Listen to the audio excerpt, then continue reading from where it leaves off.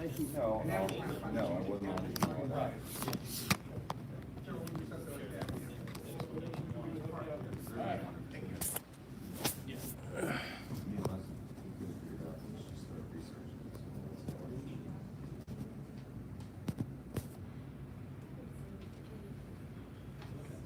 Okay.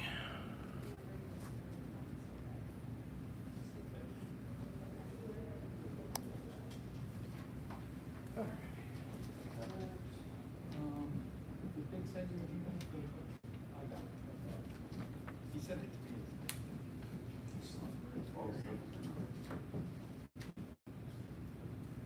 Landscaping that stuff, I saw you in the photo there. He came by. I was running all over. He's got, you know, but that's that material to water on these. Right. Where should we start selling this stuff out? Only if you've read the material that I Maybe put emailed. it back like this for And you're It's the same as last year, wasn't it? No, Oh, it's it's not. not. It was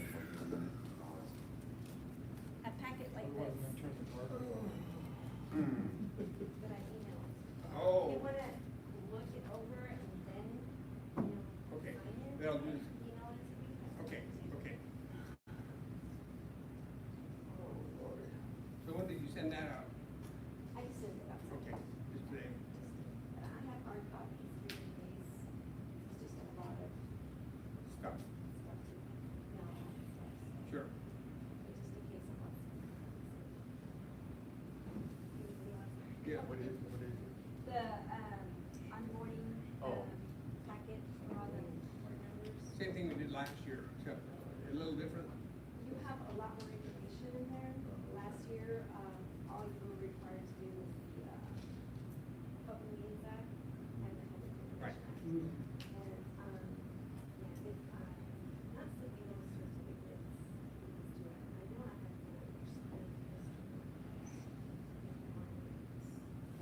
Not sure.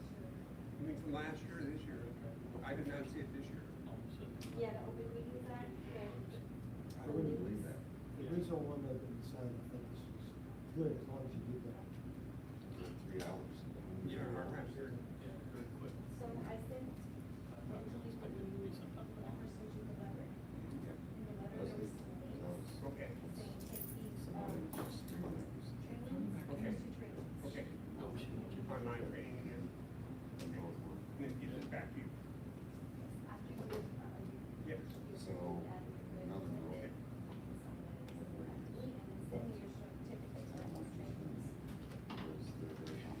So it's online, is it? Yeah, if you want, I can. Okay, well, let me see if I have it here.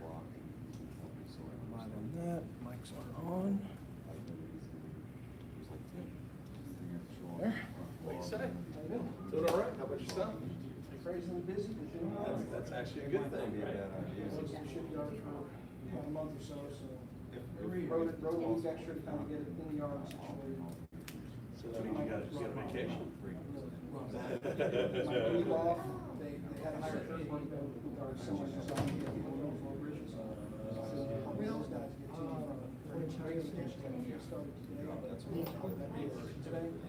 Tomorrow. Really are. And then tomorrow I have another time. Any update on the days. board? All together.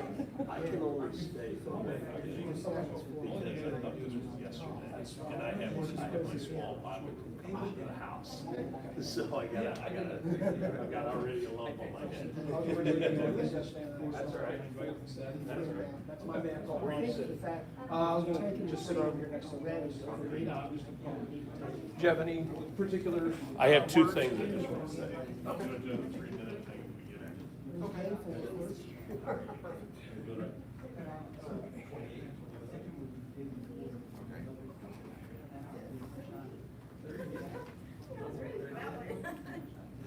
We just needed water in the corner with the big doors. This is Noah. Congratulations.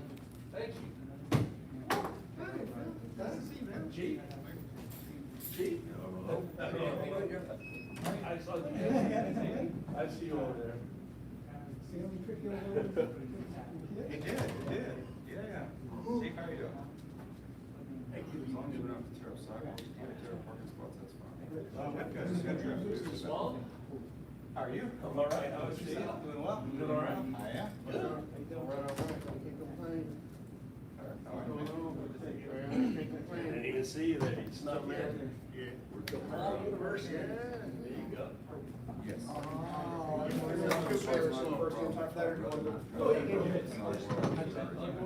Man. All right. Just being and all that. Yeah. Yes, ma'am.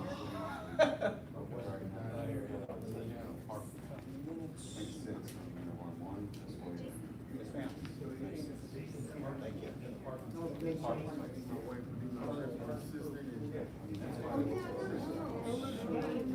When you out of here? Yeah. Are you out of here now? No, my jar went out and I got my plants got again. Oh, Over right there, now? yeah, cause. You're on Saturday? Saturday morning, yeah. Okay. Early All right. Saturday. All right. Good Good right. enough. I'm only here for a few. Go ahead Okay. and we'll get the meeting started and then we'll do the swearing in and all that. What do you want to do? Okay, do the swearing in, then we'll actually start the meeting. Okay. All right, everyone, we're gonna do the re-swearing in of the committee real fast, and then we'll start the business portion. So if you'll just raise your right hand and repeat after me where I say my name, you'll say yours. You want to correct yours? Okay, this is the long one. So I, Maria Rodriguez, do solemnly swear or affirm Do solemnly swear or affirm that I will faithfully execute the duties of office that I will faithfully execute the duties of office of the Maritime Safety Committee of the Maritime Safety Committee of the City of Nassau Bay, State of Nassau Bay, State of Texas, State of Texas, and will to the best of my ability Will to the best of my ability. preserve, protect, and defend the Constitution preserve, protect, and defend the Constitution and the laws of the United States And the laws of the United States. of America and of this state, Of America and of this state. the charter and the ordinances of the city, The charter and the ordinance of this city. and furthermore solemnly swear I furthermore solemnly swear. that I will not directly nor indirectly pay, That I will not directly or indirectly pay, offer, or promise to pay, offer or promise to pay, contribute, nor promise to contribute contribute nor promise to contribute any money or valuable thing, any money or valuable thing, or promise any public office or employment or promise any public office or employment as a reward to secure any appointment as a reward to secure any appointment or the confirmation thereof. or the confirmation thereof. So help me God. So help me God. That was very long. Okay. So if you'll just sign it, I will pick them up and. Hey, guys. I like that they put the ethics in here. Yep, that's new. Yeah, that is necessary. Brand new. Yeah, it's necessary. Maria, you need this other one? Which one? The Both? acknowledgement is only if you have already, had a chance to read or have gone through your packets. I do know. And I have some hard copies here. Mr. Stoll has some. You're good? I'll take a hard copy. I'm going to try that. I'm missing one. Okay, anyone else? So this is just acknowledging receipt tonight. Acknowledging that you reviewed it and understood it. You can send that to me if you like later or Okay, all right. whenever you're ready. But I'll take your, yes. And I can read it on you a copy. If I can say thank you.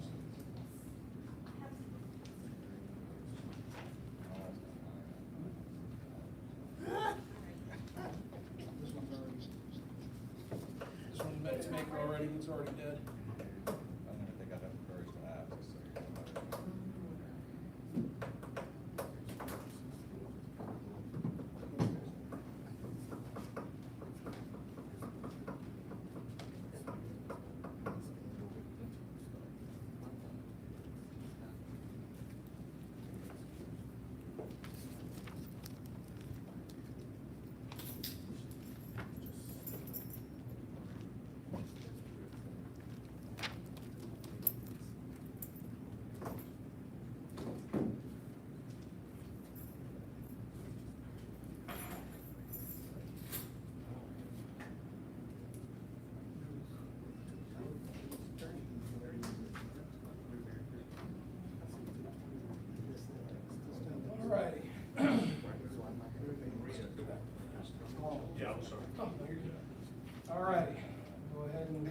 started here. It is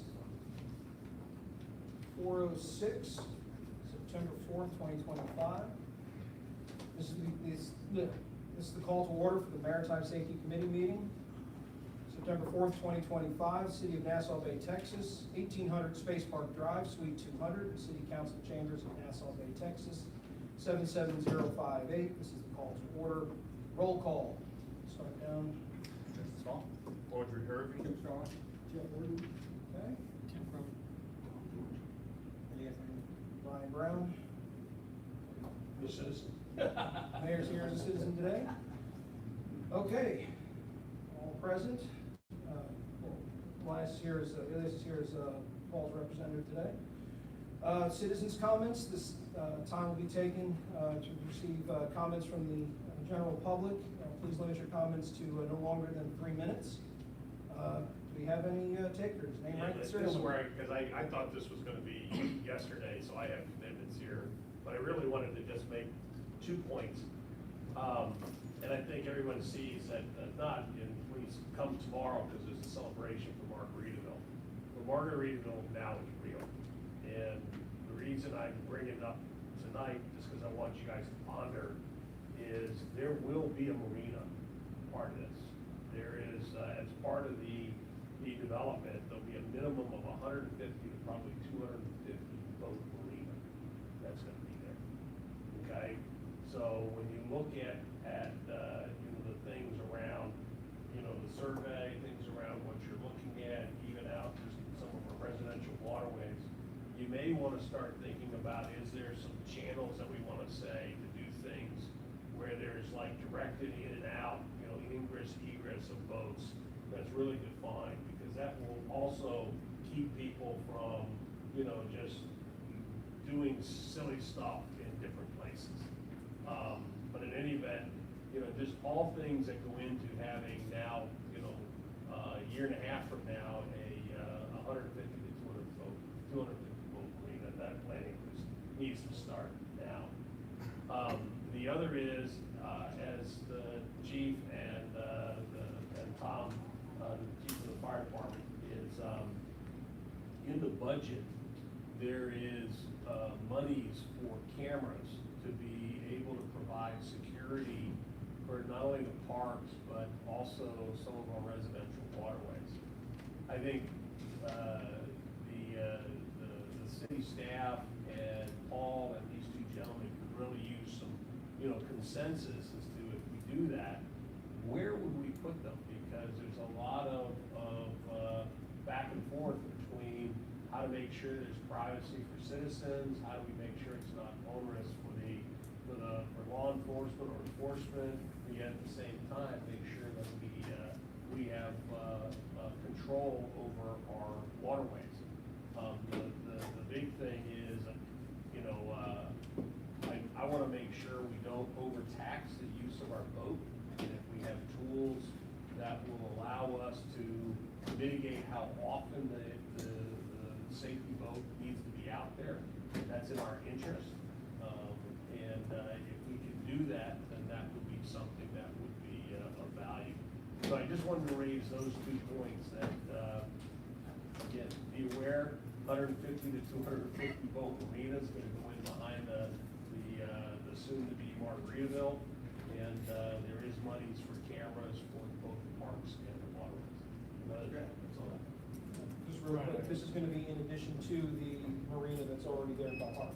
Correct. There's actually gonna be beginning discussions as to whether or not Val Harbor wants to stay managing that. And if they don't, then there may be where they go into a joint venture together and take that out and put a brand new one in for everyone. But that's to be determined. Nothing's, at this point. But, there is a big interest to see whether or not the joint parties on that agreement. Okay. So, other than that, that's all I got. I'll leave y'all alone. Thanks, man. Thank See you tomorrow. Mr. Rod? Oh, you can say it? Yeah, good. Okay. Rod Malone, 18227 Nassau Bay Drive. I know it's an item on the agenda tonight about signage and all that. My concern for the committee is, when the ordinance was passed, the no wake zone was supposed to be from 12 noon until 7 a.m. And we haven't signaged that. We've just said no wake. The ordinance was passed to ensure we could still do recreational activities out there in the morning before it got busy. So I'm just curious what this committee's plan is, to get the proper signage out there. The only question wasn't that it was no wake, but you know, it's not, it said there's no wake always, but unless you are doing water skiing or something. Recreational activity. A recreational activity What is it? between, I Noon? forget, seven to noon. 7 a.m. to noon. Yeah, correct. I've had a couple people mention just Yeah. that. So we're not being transparent on the ordinance. is what I'm saying. Recreational variance to the no wake zone from 7 to noon daily. Make sure it's. That's all I got. Okay, perfect, thank you, Ron. When was that ordinance passed? This year, So, was it May of last year? May. Right before Memorial Day? just before, almost towards the end of season last year. Or it was towards the end of the season? Yeah, just, getting signage, but. I think it was this year. No, They passed those ordinances this year.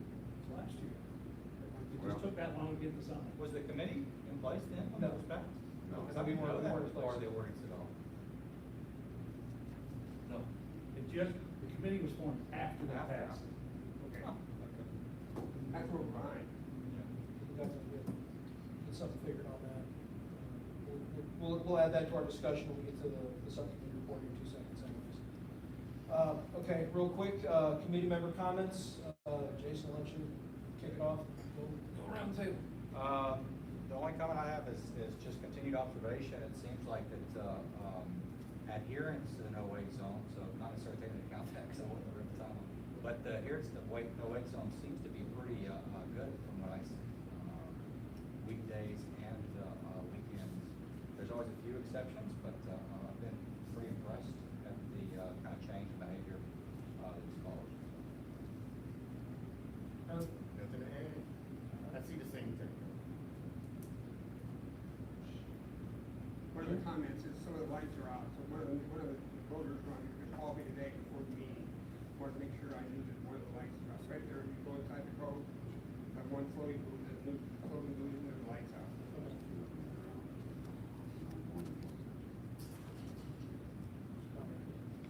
Jeff? Chief? I have a couple things, I'm sure the chief does too. First, I'll speak on the wake. What we're seeing out there in the water is the people on the channel that comes into the cove, we have all the no wake signs. So what they're doing is they're going out of the channel, and that way they don't have to obey. So our concern from a safety standpoint is that some of them might not realize that water is not that deep. And if the water is down, there's a very good chance that one of those boats tries to do that, he's gonna run over. So I don't know how to address it, but that's what we're seeing on a pretty regular basis. Yeah, I think Jeff and I witnessed that the other day.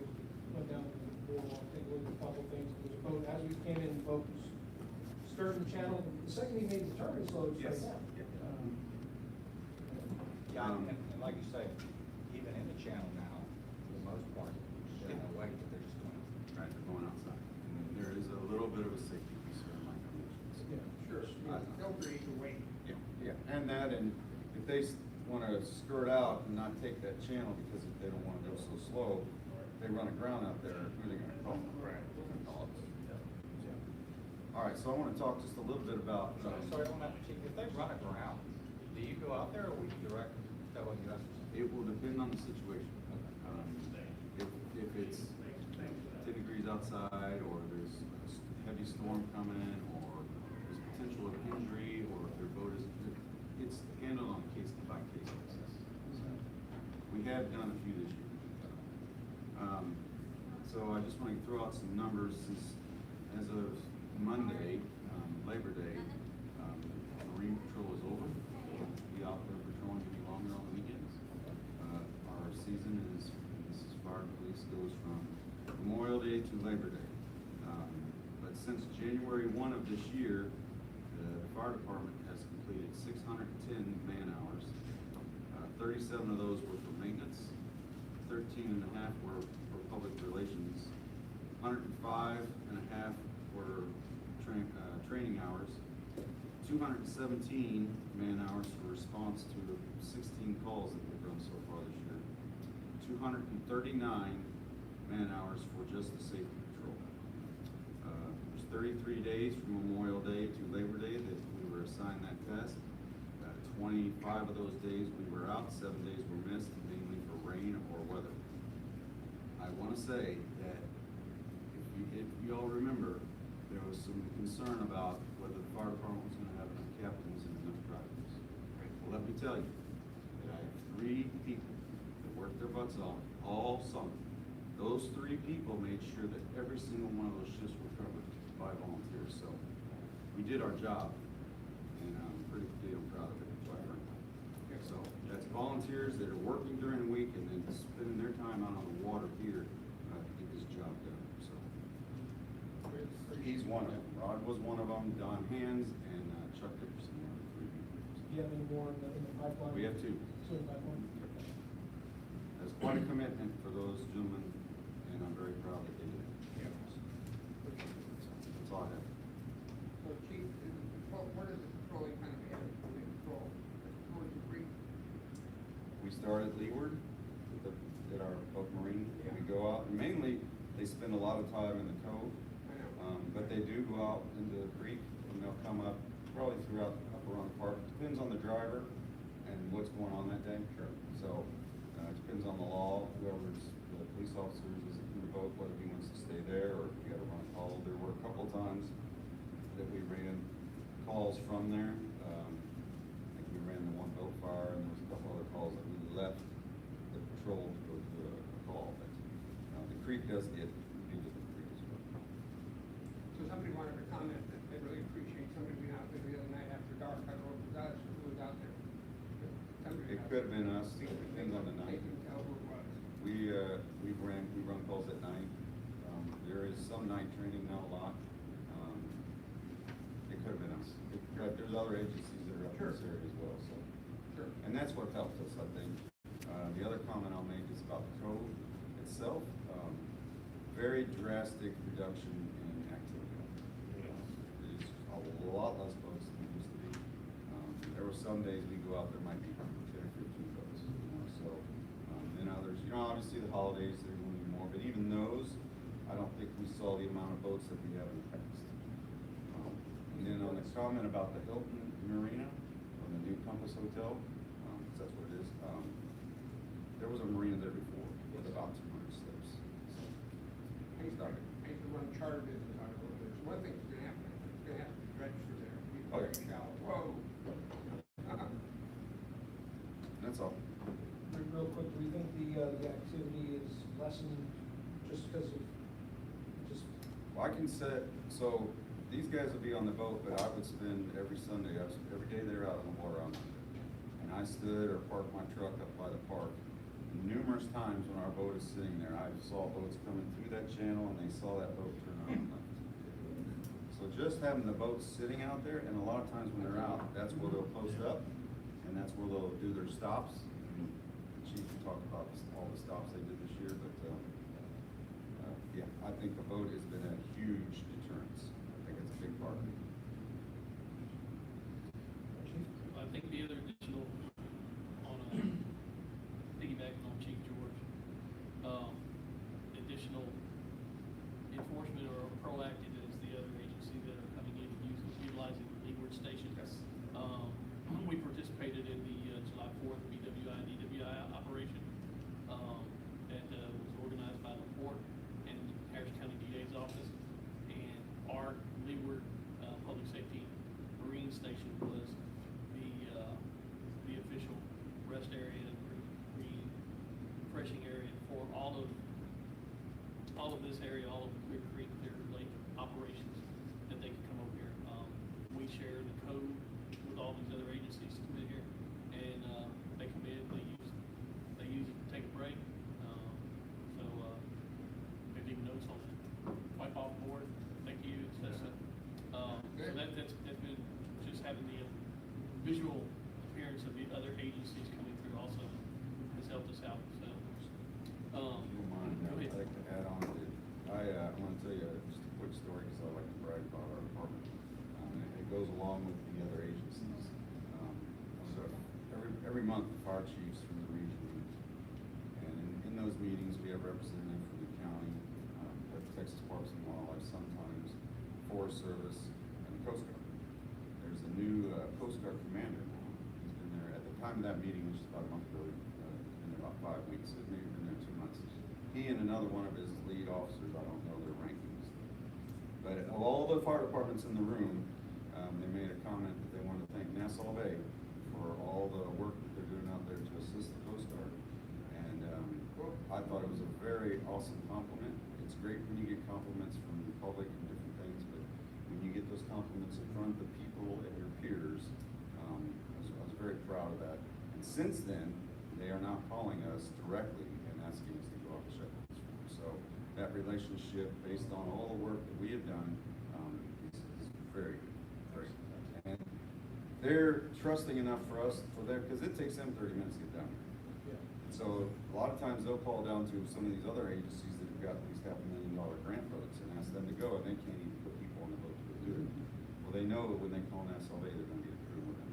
So very proud of that. Do you know, Chief, you know where that boat comes from? Comes out of Houston Ship Channel. Oh, that's it, Nelson. Yes. Or no, Station Houston. Oh, it's coming from all over the park. Yeah. Yes. Anyway, sorry. No, you're fine. So, the numbers I have here are just for the enforcement operation, when we're on the boat with the, fire department, not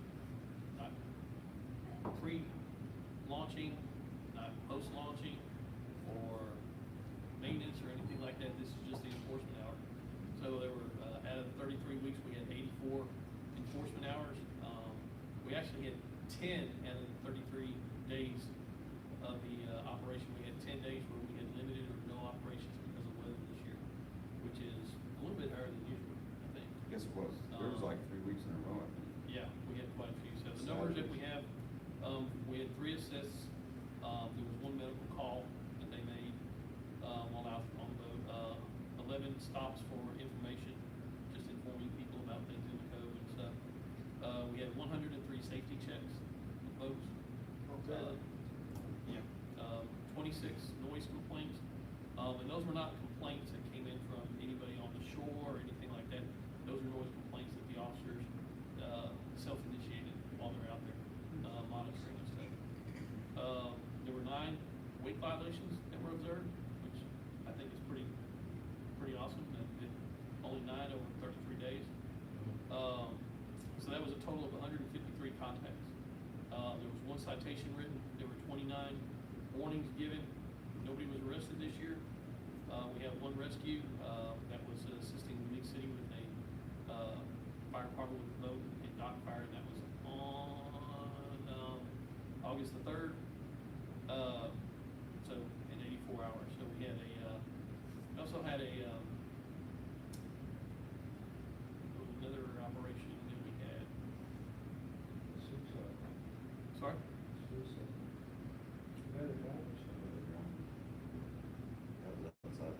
Yeah, I didn't, yeah, we had to, you know, that was outside the season, that wasn't included in here. But I thought we had another one, there was, maybe that was that one sailboat that we checked on 3 times or something, there was a sailboat out in the lake that's. Well, that's logged now. So. Yeah, it's logged now, but, I think over the 33 weeks, we made 3 calls out there, the same. So that same boat, yeah. Not necessarily we received it here in Nassau Bay, but while they were on the boat, there was a call of a possible sinking sailboat. So the crew went out there and looked for it, and it was the same boat, Yeah. you know, so. So we got, that to that boat tonight, there's nobody on that boat. Well, it's been logged now. Yeah, It's with logged the with the Coast Guard as daily. So, and I think at least 2 out of the 3 calls came from the Coast Guard. Yes, 2 of them. For us to go out and check it. So we should be getting that call anymore. So overall, like Chief George said, I think it was successful. And we operated with basically 3 officers that we had available and they were able to go out with Alaska. Officer Wortman and Donald Linder. Every single one. Yeah, we had one of the sergeants went out one night, but basically the other 3 were our main operators, and they just the way the schedule falls, that's who's available. So, yeah, I think we did an excellent job with limited crews. productive, in both. I think it was good, I think it was a good season.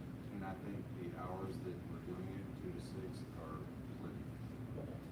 There's not a lot of activity before 2, and most people are leaving around 6, so extending hours, I don't. 2 to 6 is good, Yes. good baseline. There were sometimes we would start to go at 2 and there would be nobody out there, so we're just hanging out at Leeward, and they might go at 3 instead, so. And up there, but how far off of our water is that itself? It's not in our waters. Yeah, it's It's like- out of that. Or is it right now? It's a good mile, yeah, it's Okay. it's out. Just before, you go, it's almost right between the entrance of South Shore and where the creek is, halfway between. The problem with that boat is it has no lights on it at nighttime either. But that's not in our anyway.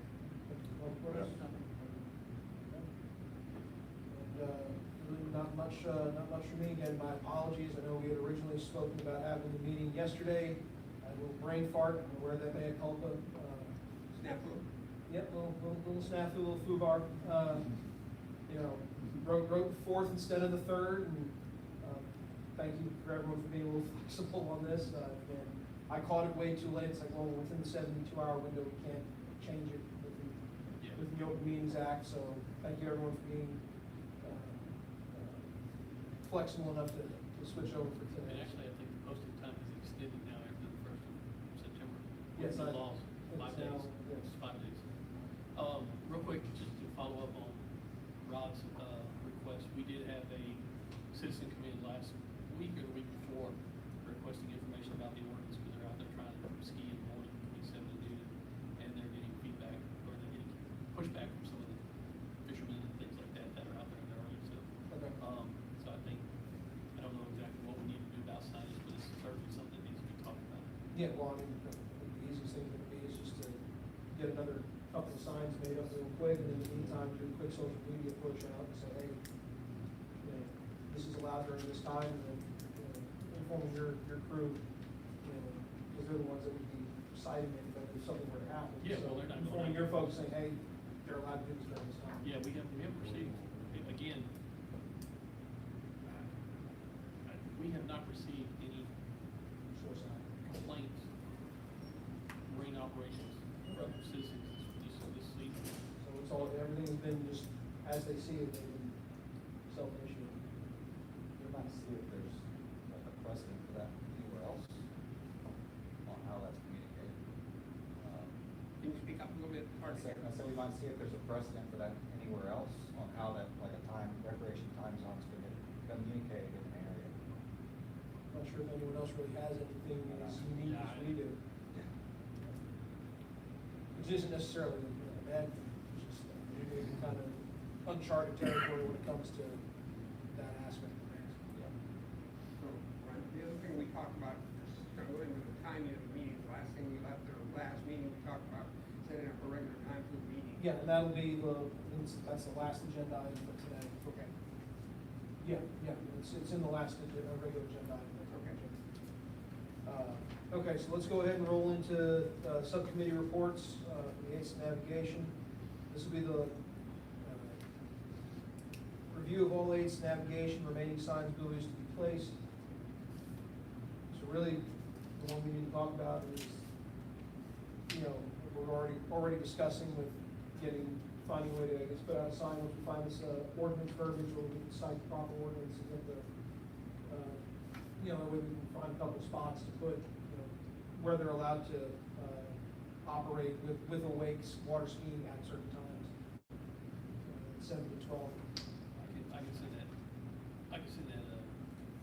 ordinance amendment out to them, because I have it, it's the recent one that was amended to amend the, Okay. excessive weight to no weight zone.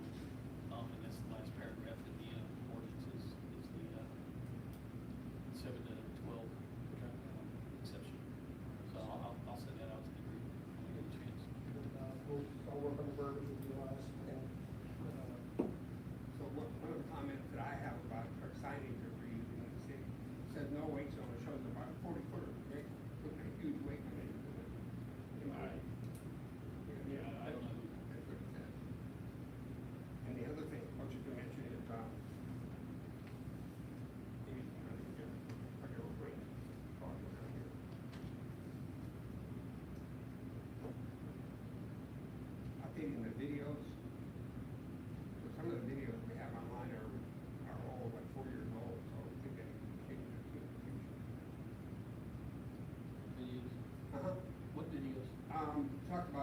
zone, no excessive wake zone, it shows a canoe getting flipped over inside the cove, no wake zone.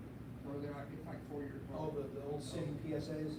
Yeah, those are, I mean, yeah, those are just, I mean, they pop up, they're out there Yeah, on social media. well, I think I found it. Anyway, just my comment. There might be something we need to later on is Yeah. create some really videos. Updated with, updated ordinances and just refreshing the safety aspect of things. Signage wise, are all the new signs, otherwise all the new signs have been out? Yes. Everything's out and moved? Is the one off the tip in the cove area too, with the new pilot? I don't think so. That one's not. I know we're out a few weeks ago on the boat. I'm sure you got it all of them. Okay. So, yeah. And then we've got, you'd said we have a few of the buoys, the lights are out. Do we know exactly which ones? Or I should say, which one works if there's? There's one that works in the cove. One's right across the street from Jason, it's right across. The rest of them are not. One in the cove. Okay, so the ones in the inner portion of the cove are working. I have a guy that comes in early on Fridays, just to check all the lights throughout the city, so I'll have him check on those. I will make a comment, go back to the Haste Navigation. The guys on the boat doing the enforcement have said that the placement of the buoys that's out there has definitely helped them with being able to identify people and tell them, this is where the river. So I think that was a good. Gives everyone clear markation. Yep. If you're a couple of feet either side, that's discretion at that point.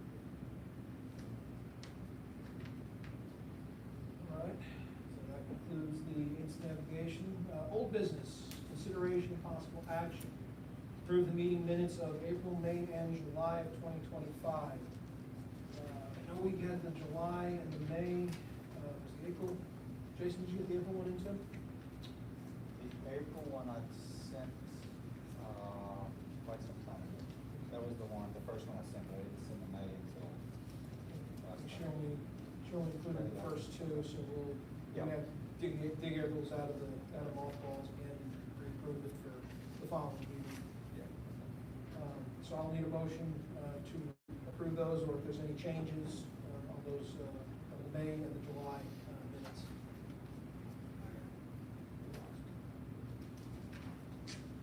A motion to approve. Okay. Got a motion from Jason, second by Herb Second. to approve. Those in favor? Aye. We're gonna find it. Here, Jim, you can toss mine. Quick. These are two over.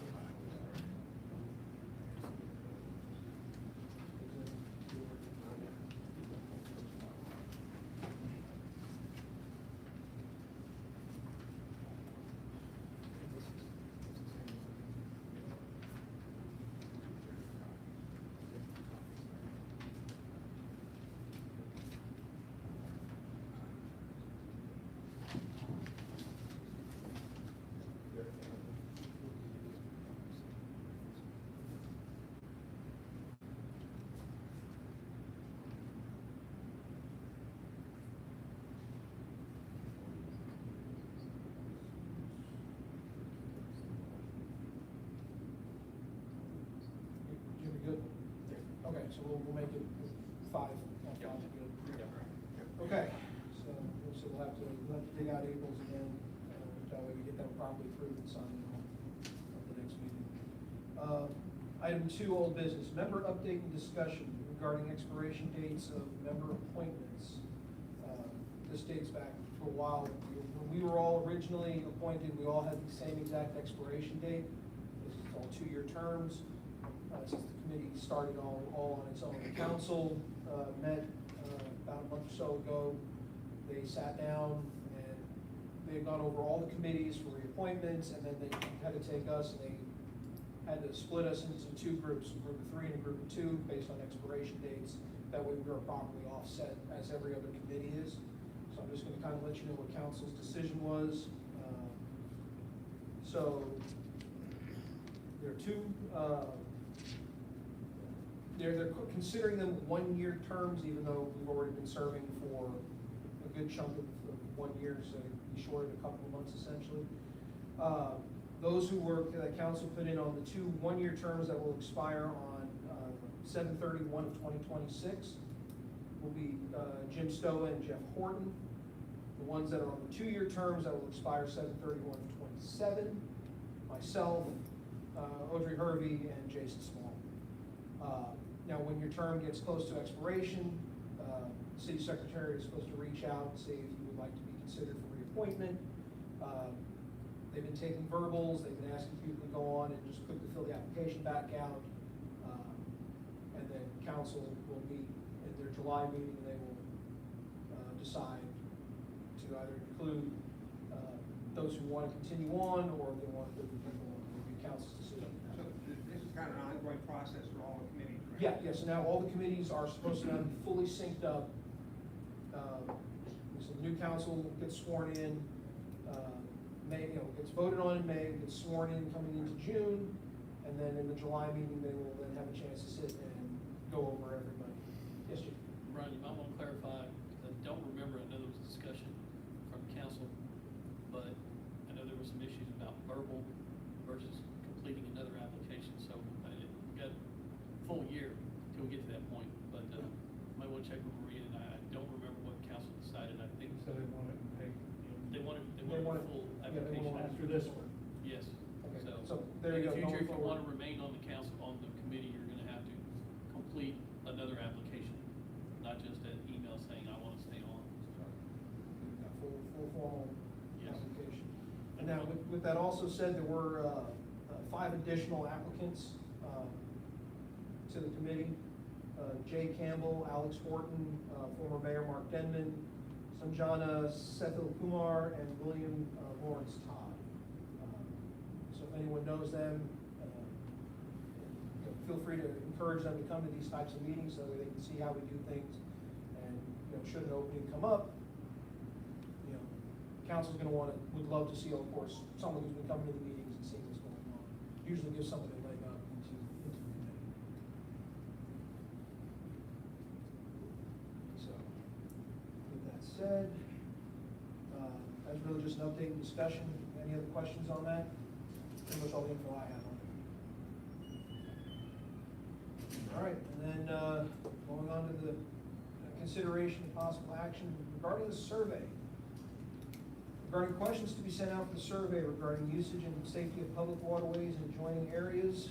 We've kind of been talking about this now for several months, and really got into it. Got the ball really rolling.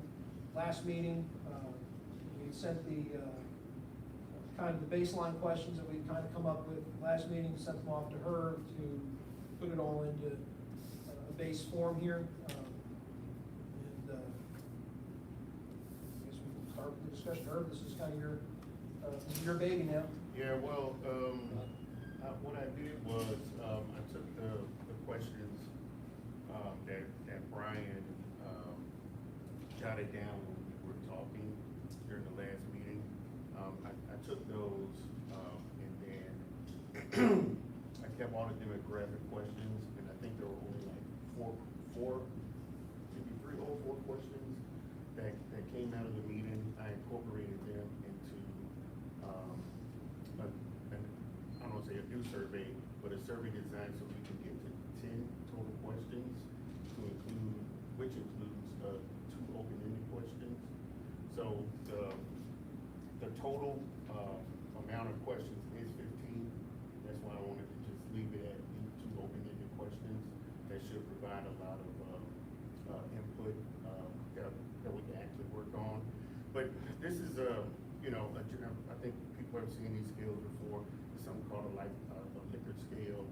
And then from this survey, then, I mean, actually there isn't a lot of work that we have to do because it's all kind of, what do you call it, automated, if you will. And then we can analyze it for themes. and then we can go from there. So, I mean, I'm just giving just a glossy, just big picture, some things y'all probably already know about surveys, but I took the input from Brian that we discussed, and I added additional questions, one additional open-ended question, and 4 related questions, that were kind of nested to the original questions that we talked about. So this is input. Right. So, okay. No, that's it. So I'd say, my request is, once you send it out to everybody, I didn't get it.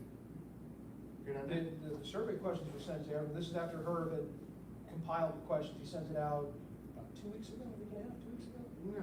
Or a week ago, maybe? Yeah, About a week ago. So, Yeah. you send it out. Yeah, Yeah. I just replied to It was all emailed, on the last one, yeah. What was the subject of it, survey or something like that? What was your last topic? I think when Brian sent, additional, let me just look at that. Send them out to my inbox. So, oh, yes, there should be some copies of it. Okay. It was a response, it was a follow-up to the Maritime Safety Committee agenda.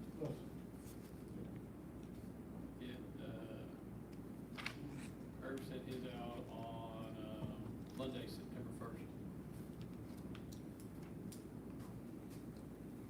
Okay. Thank you.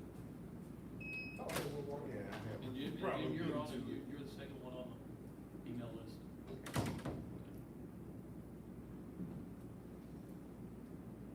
You know, I think this keeps it short, but still gets us a lot of good, good data. Yeah, I mean. Especially separating the demographics and then Yeah. survey questions. Yeah, I mean, you know, the other thing we really have to consider, you know, outside of this is a land, right? So we're gonna be able to get information from this, and then we can retool the next survey, and especially looking at comments, and then we'll have another survey, I'm sure, to basically validate, like, some of the things you find here. The other thing that we can do is we can have, I hate adding work, right? But, you know, once there's some things that comes out of this, then we can have a focus group to actually validate it. So we can send out and say, hey, it looks like, you know, based on the survey, you all really want X, Y, Z. So then we can have a focus group of people interested, come in for the meeting or before the meeting, and have a focus group to actually validate that this data is right. So most of the time, you can have like some, you know, face validity, right? It's like, hey, the questions look good, but they're really not like statistically validated, because I'll just say qualitatively validated. This is the quantitative piece, and then the qualitative piece is validating the numbers.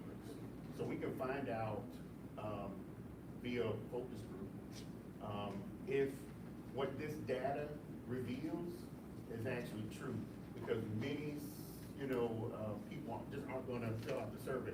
So if you got 40 people that's basically dictating all of Nassau Bay, that needs to be validated some type of way. So that could be a follow-on.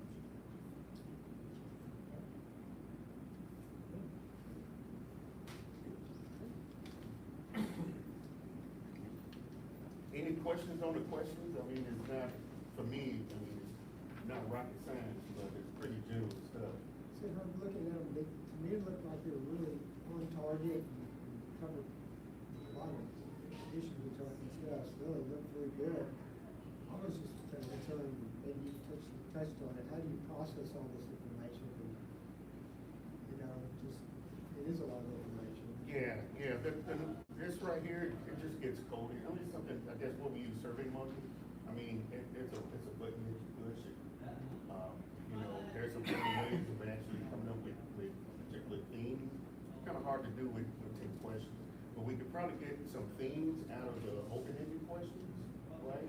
To see if there's a comment that kind of centers a particular board action, right?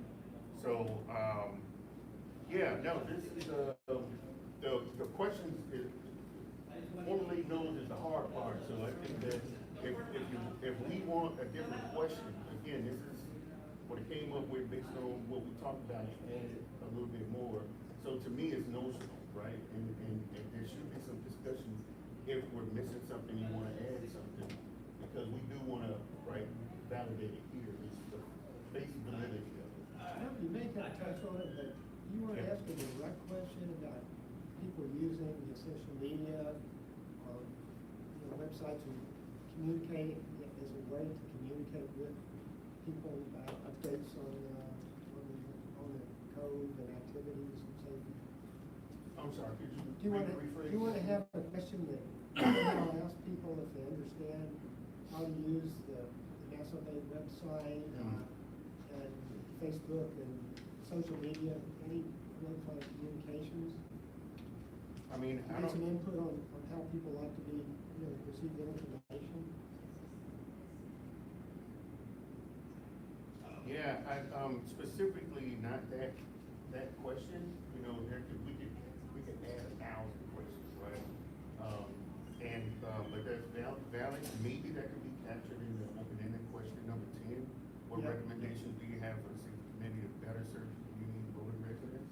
So maybe a theme like that could pop out of it, but that's the purpose for open-ended questions, is to kind of collect the sentiment and the understanding the way people feel if we didn't ask a question, a specific question. So we can come up with 1,000 more that are relevant. There's no doubt. Although I do think that how people get their information in terms of how do you get your updates to voting information, safety, in the area, where do you get that information? I think that might be pretty relevant. I think that's what Jeff's getting at is. Right. How do you find out that there's a change in the channel or bad weather conditions or, hey, change in the ordinance?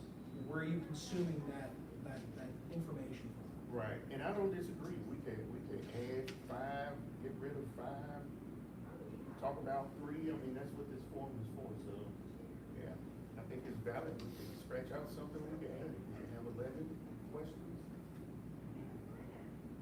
I'm just willing to Would participate. you do that as a multi-select, or would you do that as open-ended? As far as. If the Jeff's question was directly, yeah, where do you consume data, where do you consume information from? I don't know if you'd be restricted and give 5 options around that, or if you leave it as open-ended. I think that would probably be open-ended, because you're gonna have various of answers. Some folks only get their information safe from the marine safety information bulletins that go out from Coast Guard. Other people get it from social media. Some people get it from word of mouth. Exactly, somebody else, specifically. Now, what we can do, if we do a drop down, then we can have the ones that make sense to us, right? And make those available, but,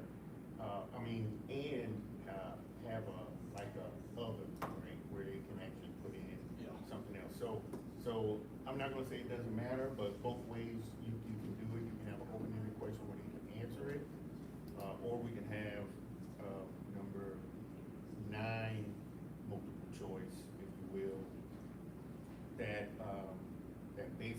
asks the question, then it has a drop down. I mean, that's also gonna help us tabulate the information better. If we do have another a drop down, click all and apply, with another, that'll help us. That'll take some of the burden off of us when it comes time to tabulating. Because if we only get 20 or 30 responses, it's not that bad. If we get 220, then that becomes we very, can- that becomes what Hercules' labors. Yeah. And if you don't, if you're not, if we're only looking at working with several sources, that we may not care about all the other sources that would come up open-ended. We're just trying to see what's the highest repeat rating sources that we're talking about. Yeah, and that will also, to your point, allows to focus on what outlet is the best to get the information out that we do need to get out.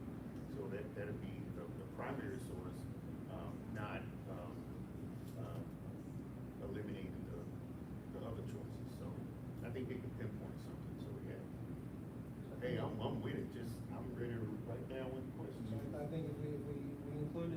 include that, how do you get your, local boating safety updates?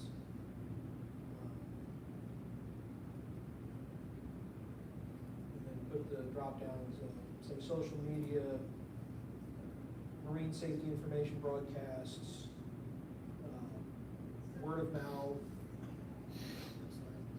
websites, and then add in other. Anyone else can think of any other categories?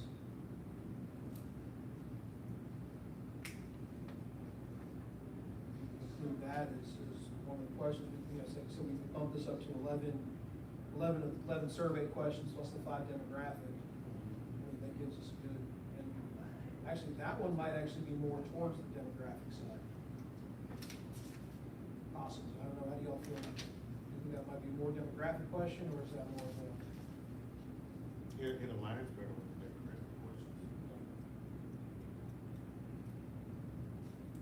Yeah, so give me, one more time, it's, the general question is, how do you get voting updates?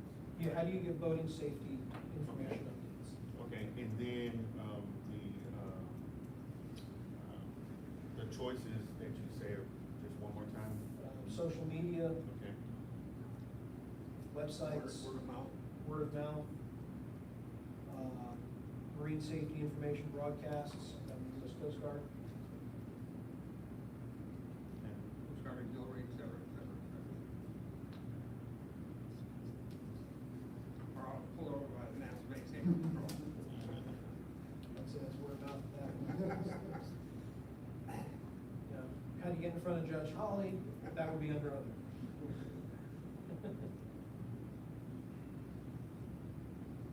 Okay. Social media, marine safety information, Coast Guard, our own website, word of mouth, and then other. Right? And then do we wanna have a comment box anyway, if, to say of, like, whatever? Yeah, for what the other is, yeah, of course.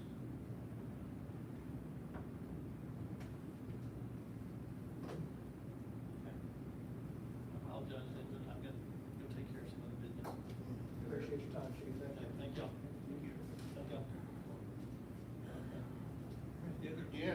The other question I'll put out there, do you know where Clear Creek began? Most people don't. Where Clear Creek begins. And, What's the further south, what's the southernmost, or what's the eastern, northeastern part of Clear Creek?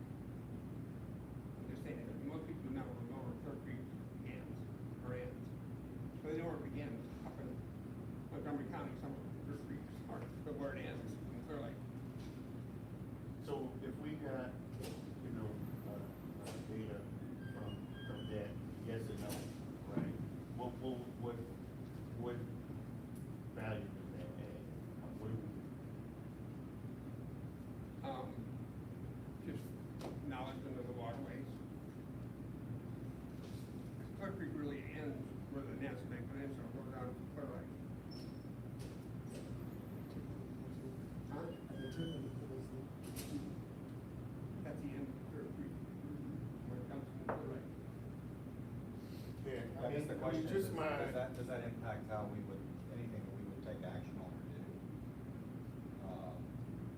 No, not really.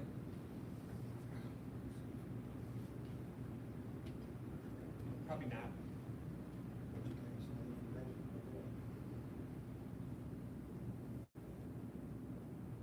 We'll wait for her to get back, figure anything else out, and I think we've got a pretty good battery of questions. Yeah, I think especially for a first round. Yeah, I mean, we're gonna get, provided we get, reasonable level of participation, we're gonna get some really solid feedback. Yeah. And again, I mean, because we're also, we know that once this goes out, it's not just gonna be Nassau Bay residents answering this, it's an open survey like that. So having that resident, non-resident delineation right there, I think is gonna, it'll help us gather who's utilizing the waterways, who's providing the input. When it comes to certain things, I mean, obviously, we should weigh residents more heavily than non-residents, but it's not to say that non-residents don't have are gonna be ignored. I think our preference and deference should be to our people first. But we may gain valuable insight from people who come in, you know, to use our waters just once every blue moon. Sir gets here, we'll just entertain a motion unless there's any further discussion. So it's just a motion to move ahead with the survey?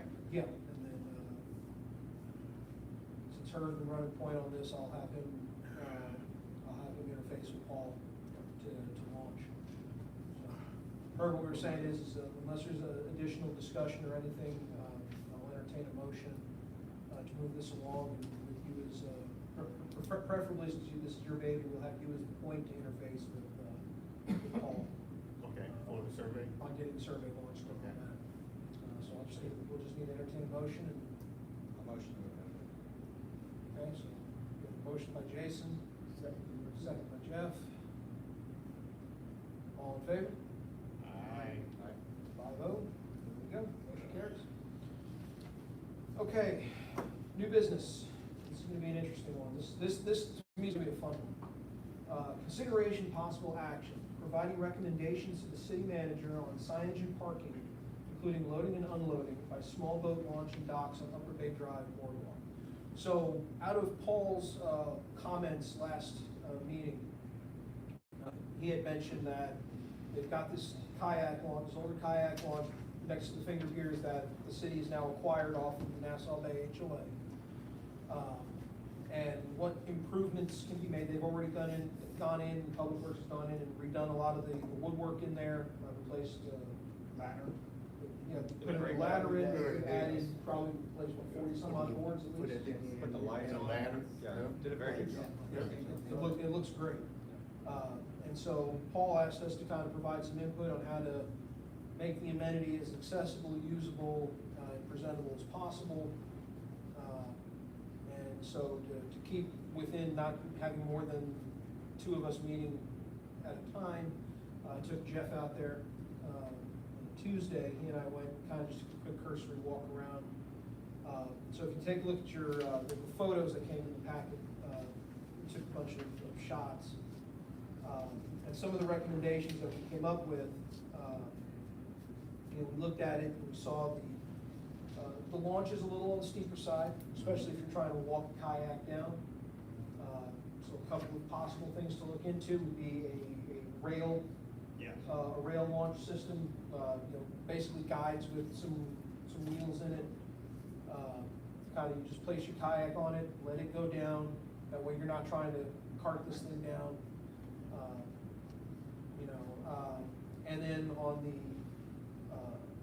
side that has the ladder, looking at maybe putting some non-skid stripping. Yeah, so you know, we put, you know, to get the 6-inch wide non-skid, you place that every 12 inches or so. And that creates a good grip as you're walking down towards there. And we had also thought about possibly recommending that we put some kind of handrail. And it could be something as simple as a post and rope, or it could be something that may suffice. We have to double check with ADA access and things like that at that point, if we're gonna put it in. But I would believe that some kind of grip, whether it be a post and rope, or if it's gotta be a full-on solid bar, we need to look into that aspect of things. But some kind of railing on that side, especially if you're already gonna have a little guide with, you know, a little track line on the other side. You would only need the handrails on the one side. Again, that's just good from a safety standpoint, because that thing's on a good, what do you figure, Jeff, 35 degree angle? So it's pretty steep. So I use this ramp probably once a week. And the way I use it is I have a cart that I roll up there and just roll down it. Sits at the end, kayak goes off the cart, and I come back up, the kayak pulls on the cart. So, I mean, for that, it works really well.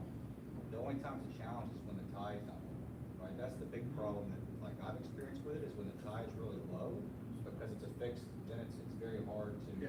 both launch and then get back up, right, when you're coming back in. Now, the ladders actually help with that, it gives you a place to do that with. So, you know, we talked about this before, floating dock would be great, right, because that takes away the tide element that goes up and down. But I would just say that if you're gonna put something like a rail or something like that, I would recommend putting something that limits the ability to take a kayak cart up and down it, because that may prevent other types of boats than just a kayak of a certain size. So you may just wanna consider that piece of it. And then the other big thing is, what would be lovely if there was a way to get up over the curb and to the boardwalk, like a ramp there too, because that's where, you know, a lot of guys come off the street and you just have to get off over the curb and get up to the boardwalk and then down. That would be a nice addition. Now, that berm is considered part of the levee system that protects Nassau Bay. So it would have to be something, if you were to do something, it would have to be in compliance or around. Yeah, I'm probably on top of it. Yeah, no, I'm just saying that is part of the limited protection that we do have. Yeah. But yeah, it's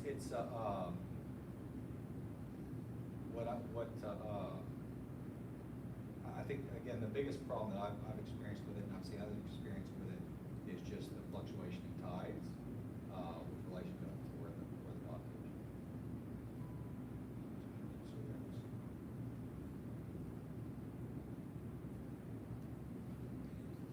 What kind of other boats other than kayaks you see getting launched over there? Since you're a pretty So- frequent user of that. Yeah, I mean, I launch a 15-foot rowboat off of it, and then a 19-foot kayak off of it. And I've seen a lot of people launch paddle boards off of it. Various types of different kayaks. What else?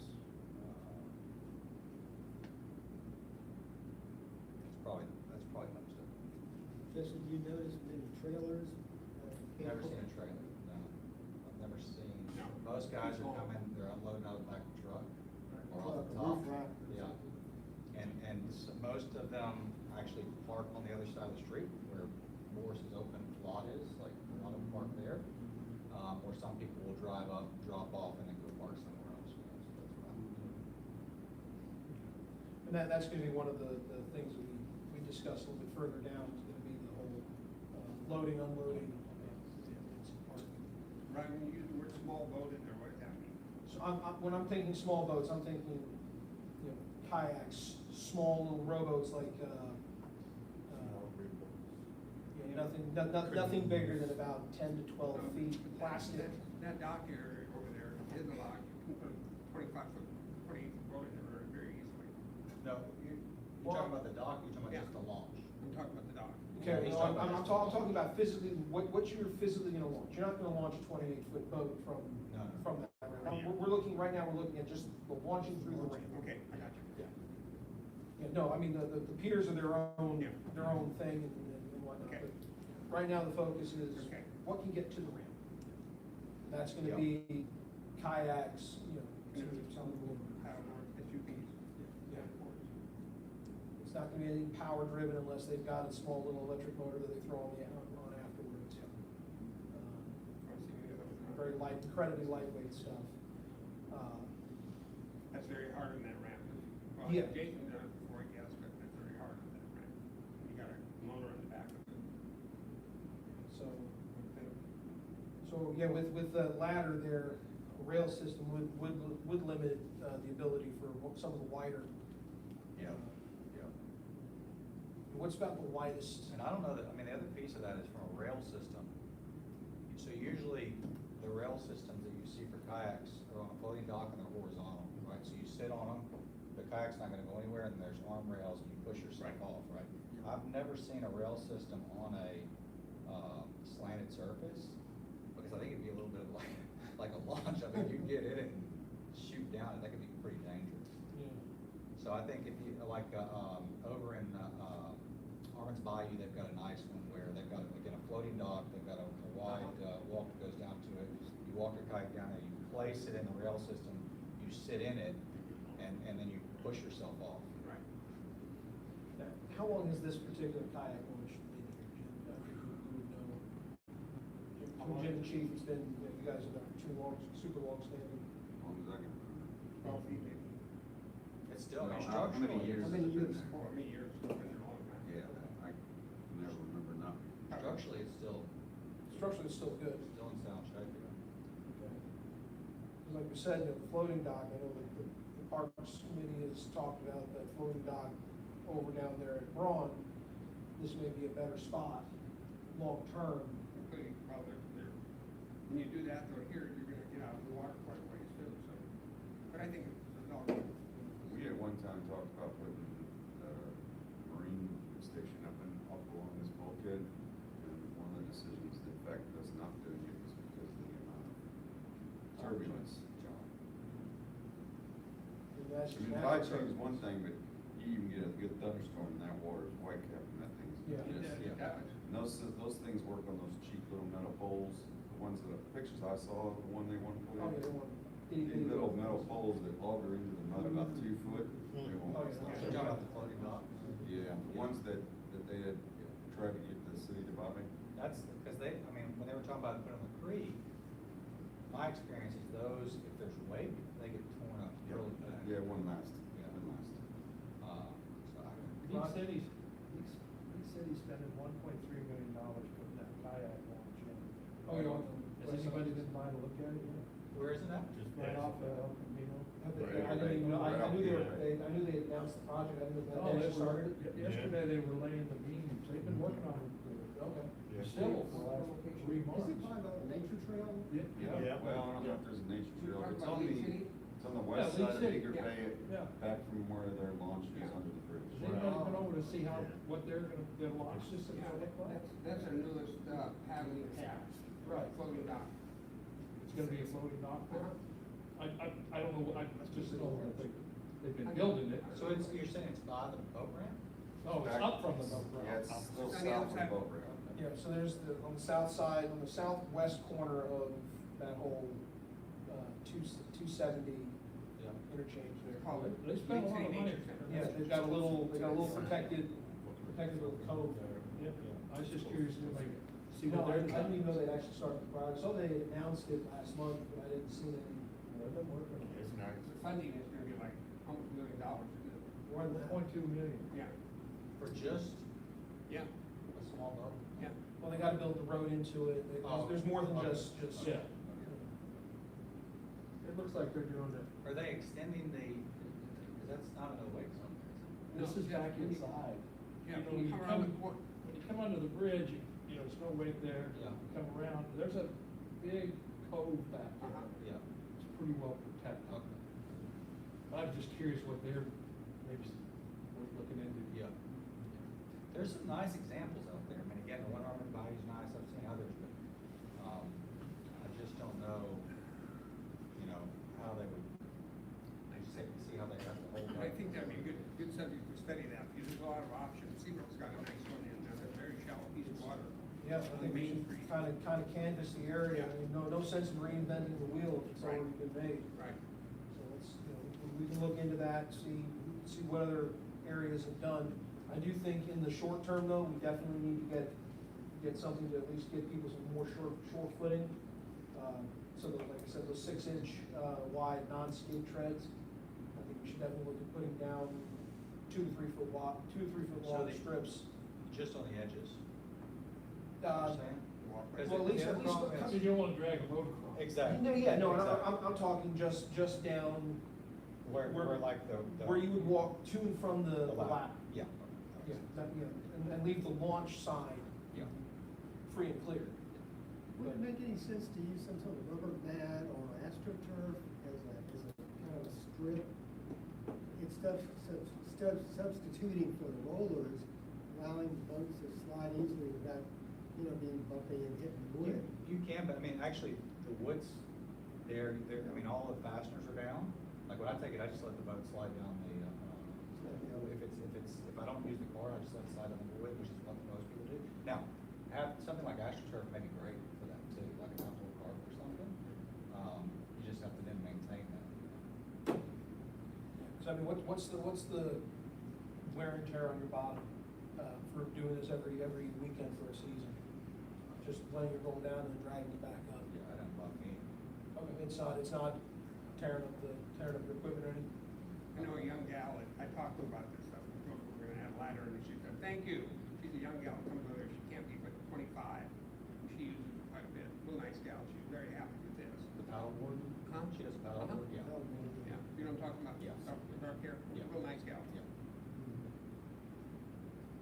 The other thing is, you're talking about these things, there's lights there right now, correct? There's Yeah, they lights. put Yeah, there's lights all around the typical posts.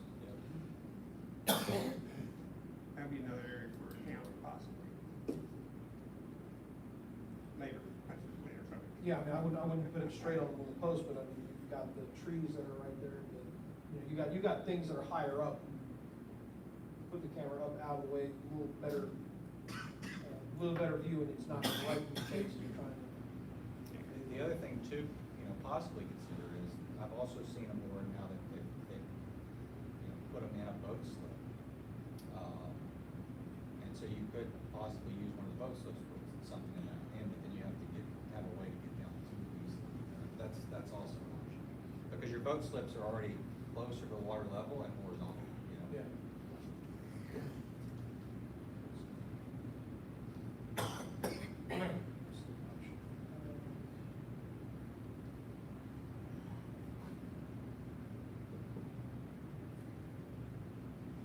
One thing I did wonder, do we want to, I don't think it's ever necessarily an issue of all those slips getting full, but do we want to put signage on one of those slips that it's reserved for the fire boat? No. We use them every now and then, but we use them for training.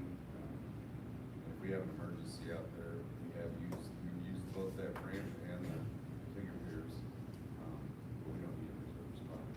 Just move in and move something out. So the one furthest south, the outside, so the last slip, outside of it, is the water good on that side too? Is it just as deep as it is inside the slips? Yeah, I think it's like 10 to 12 feet. So I mean, even if all the slips are taken, if they had to, they could quickly get in on the outside. Yeah, or they could pull up to the ramp too. We have used the ramp on many occasions to bring out debris and, boats. Your gun. Like I said, it's 30. It's 30, it's 30.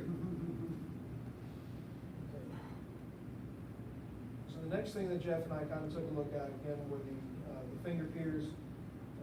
Again, everything looks like they've been replaced, a whole section of planks there, wood planks.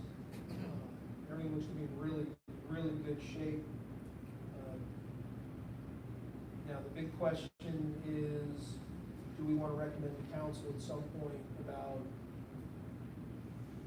how long they want to allow transient vessels to pull in and hang out? Because someone could essentially just park it. They can take a dock and that becomes their slip for the season. You know, There's nothing that says they can't.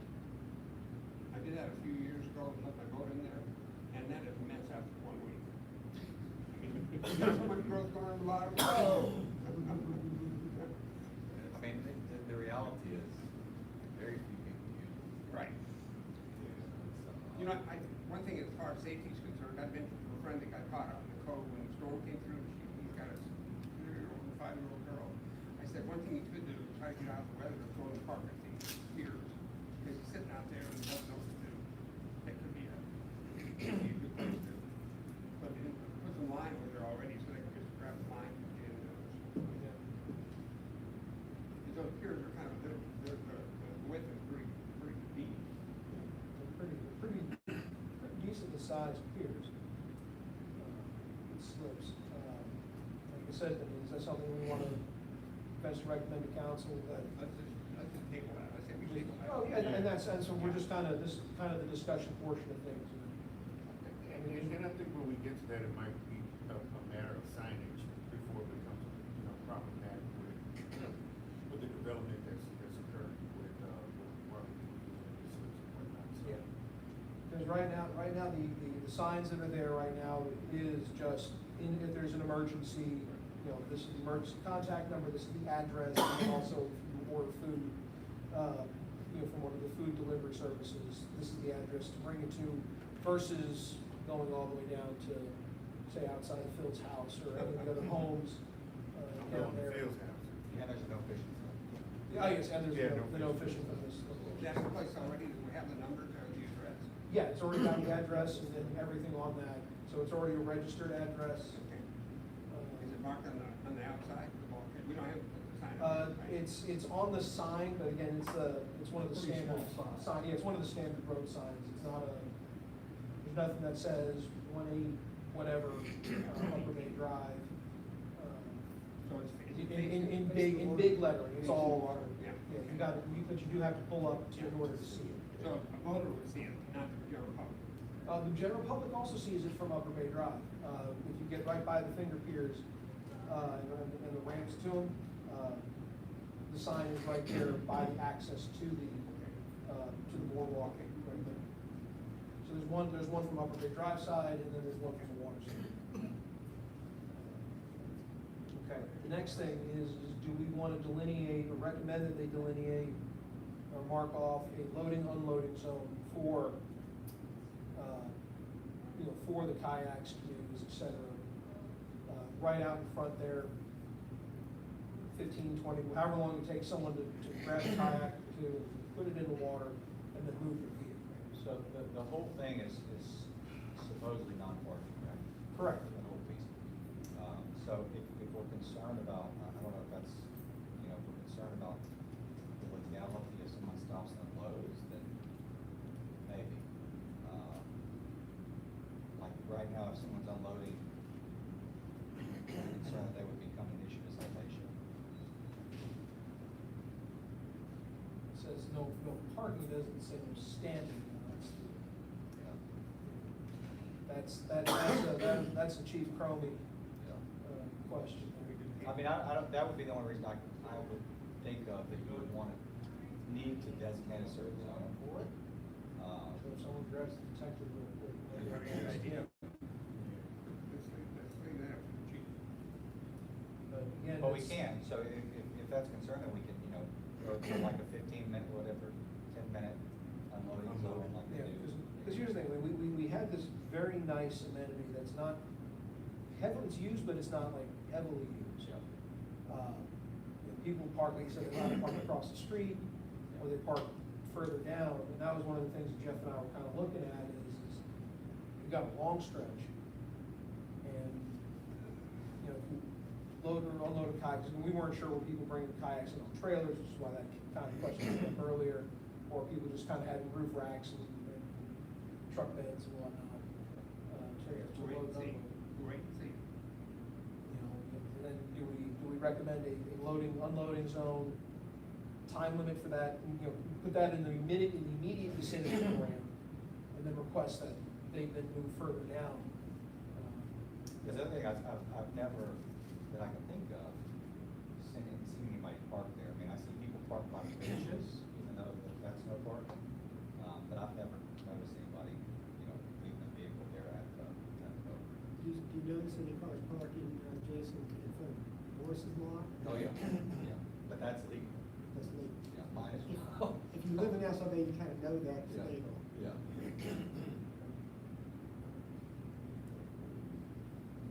So just kind of looking at it from how do we get people to utilize know the amenities there, utilize the amenities, but also at the same time manage, you know, I guess, traffic. Yeah, yeah, I mean, if the one sign that says 15-minute loading and unloading zone might be well. Because that also would apply, I guess, to the guys that are, the Uber Eats and those folks too, right?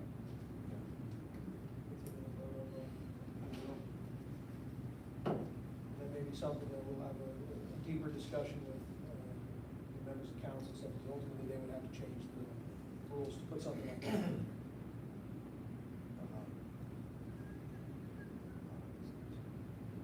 Yeah, I mean, you know, again, we don't really need to take any action on anything Yeah. other than, and I do think that we do need to look at the non-skid stripping sooner than later.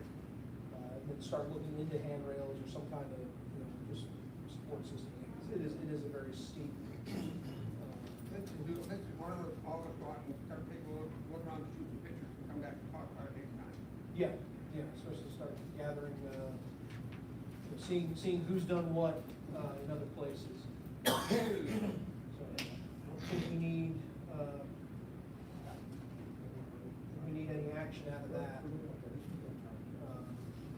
So I think that's just discussion, and then we'll put this on the agenda next time, and kind of circle back, see what we've discovered from other places, what the launches look like.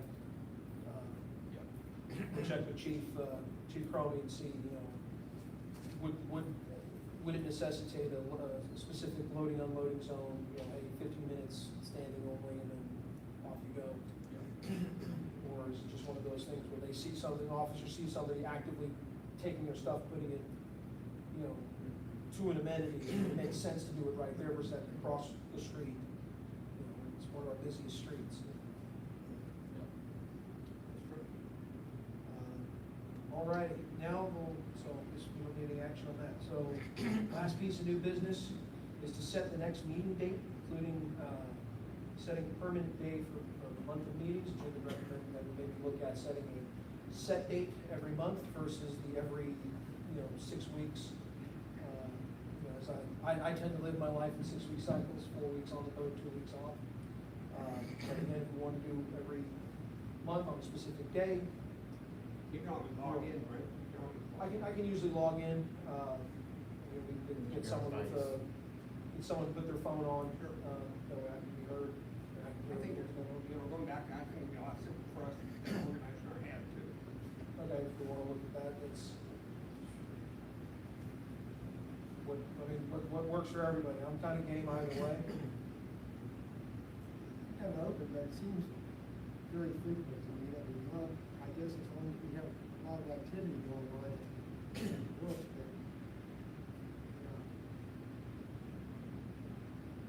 monthly is not good. Okay, so you wanna do this every month? Is that what we wanna do? I'm not sure. I mean, I don't. Well, the thing is, we can set it for every month, and then as say we get into the winter season, when it's a lot quieter, what we would then do is at the end of, the meeting, if we want to skip a meeting, we can either say, okay, well, we plan to skip the meeting. If we need to call for a meeting, we can always call for one within the allotted time within the Open Meetings Act. So my thought is it's more beneficial to have you here. So is the idea of just we can set a recurring 6-week schedule to allow you to be here, but I don't think it makes sense to set a schedule which would prevent you from being here. I mean, and her Fixed schedule. Well, I'm getting, what is the reason to do that? Yeah. But if it were a fixed 6-week schedule, it's works better for you and leader, but also it's on the calendar, Jim, and maybe that's so much you can say this, it will be fixed on the calendar going forward. For scheduling purposes, that's good. Scheduling. Yeah, and then what we can do is then we can set the year's schedule out. Yeah. We say, okay, we're gonna meet on boom, boom, boom, boom, boom. And it's perfect periodicity, right, between 2 months and 1 month. 6 weeks. And also, we wanna get citizens' comments, we can put that out there so people will see. Yeah, I think that. Yeah, let's go with your schedule. So we want to do just once every 6 weeks, but, in which case then, I ideally prefer not to do these the day I get back off the boat, just in case we get sent somewhere and crew change goes haywire. So, in my little thing about here, October. So I get off on October 2nd, so ideally, the following week would probably be the ideal time. It's in the middle of my time off. And then you can pick a day of the week that works, and every 6 weeks after that. Just like we did today on Thursday, same time every Thursday, every 6 weeks on Thursday, 4 o'clock. That work for you guys? Every 6 weeks on a Thursday. Would Wednesday work just as well? I can do Thursday. I'm just throwing it out there. So this would kind of reset it a little bit to, this one would be, this particular one would be 5 weeks from now. It's technically, I'm supposed to get back on today. But thankfully, boats and shipyard schedule's a little wonky right now. So October 9th's my daughter's birthday. I'll get yelled at on that. There's always gonna be something. There's always something. Definitely get yelled at on that if it's a long weekend. I mean, better we can do Wednesdays. What works better for everyone, Wednesday or Thursday? It's fine. Wednesday's okay, but I have a slight preference for Wednesday. What do you think? Wednesday's fine. Chief, what works best for you? Uh, I know Tuesdays are kind of, Tuesday nights, no, Wednesday night, first Wednesday of the month is not good. first Wednesdays of the month are not good. Okay, so this would be, in particular, this would be the second Wednesday.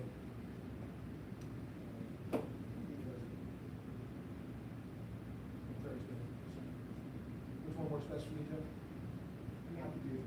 When you're talking afternoon too, like this time. Yeah, we're talking like 4 o'clock. I'm good. Okay. So, we can look at, every 6 weeks, starting October 8th. It's also my anniversary, but that I'm not worried about pushing. That, Look, you'll be done by 5:30, right? You're good. yeah, so October 8th, so every 6 weeks, starting Wednesday, October 8th at 4 o'clock. And then we'll go ahead and publish the formal schedule from there.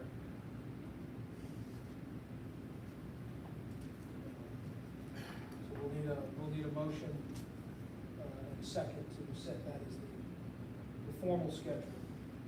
So, Jim Stowe moves for, every 6 weeks, starting October 8th. 4 p.m. Wednesdays. And then we just need a second. Second by Jeff. Any more additional discussion? All in favor? Aye. All right, guys have it, 5-0, motion passes. Okay, and that leaves adjournment. Need a motion. So move. All right, we got a motion to adjourn. Second to adjourn, Jeff seconds. All right, great work, everybody. We're out of here by 5:30. Yeah.